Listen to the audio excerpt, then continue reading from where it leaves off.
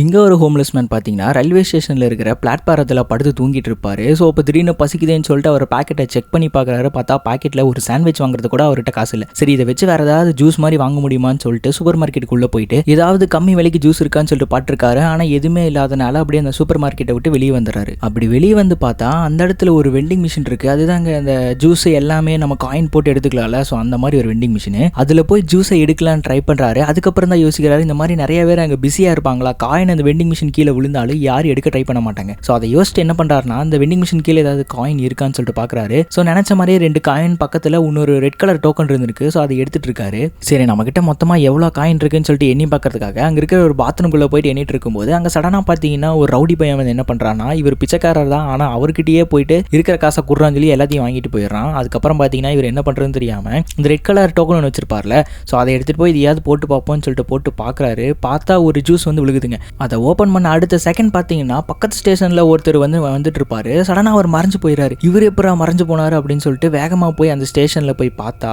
அவர் dress மட்டும்தான் இருக்குது. பாக்கெட்டில் நிறைய காயின் இருக்கு. அதுவும் எந்த காயின், அதே மாதிரி ரெட் காயின் இருக்குங்க. ஸோ அந்த ரெட் காயினை எடுத்து வச்சுட்டு பார்த்தா அவர் பாக்கெட்டில் நிறைய காசு இருக்கு. ஸோ அந்த காசை எடுத்துட்டு போயிட்டு நல்லா ஒரு ஹோட்டலில் உட்காந்து சாப்பிட்டு இருக்காரு. அதுக்கப்புறம் மறுபடியும் வெளியே வந்து இந்த வெண்டிங் மிஷினில் மறுபடியும் வேற ஏதாவது ஜூஸ் இருக்குமே அதை எடுத்து சாப்பிடலாம்னு சொல்லி ட்ரை பண்ணுறாரு. பார்த்தா அந்த இடத்துக்கு அந்த ரவுடி பையன் வந்துடுறா. வந்த உடனே என்ன ஆளே மாறிட்ட, கோட் சூட்லாம் போட்டிருக்கு அப்படிங்கிற மாதிரி கேட்டுட்டு பக்கத்தில் வர ட்ரை பண்ணுறானா. இப்போ இந்த ஹோம்லெஸ் மேன் என்ன பண்ணுறாருன்னா, அவர் பக்கத்தில் வச்சிருக்க கேனை எடுத்து ஓப்பன் பண்ணிடுறாரு. ஓப்பன் பண்ண உடனே அந்த ரவுடி பையன் பார்த்தீங்கன்னா உடனே மறைஞ்சு போயிடுறான். ஸோ இதை பார்த்தனா இவருக்கு ஒரு மாதிரி ஆச்சரியமா இருக்கு இந்த ஹோம்லெஸ் மேனுக்கு. ஆஹா, இதனால தான் எல்லாரும் மறைஞ்சு போகிறாங்களா அப்படின்னு சொல்லி யோசிச்சுட்டு நீ அடுத்து என்ன பண்ணுறான்னா, யாரெல்லாம் இந்த ஹோம்லெஸ் மேனுக்கு பார்த்தீங்கன்னா காசு போடாமல் போகிறாங்களோ அவங்களெல்லாம் இந்த ரெட் கலர் டோக்கனை வச்சு போட்டுட்டு அவங்களெல்லாம் மறைய வச்சுறான். மறைய வச்சுன்னா அவங்ககிட்ட நிறைய காசு இருக்குமா, அதை எடுத்து வச்சு நிறைய காசை செலவு பண்ணிக்கிறார் இந்த ஹோம்லெஸ் மேனு.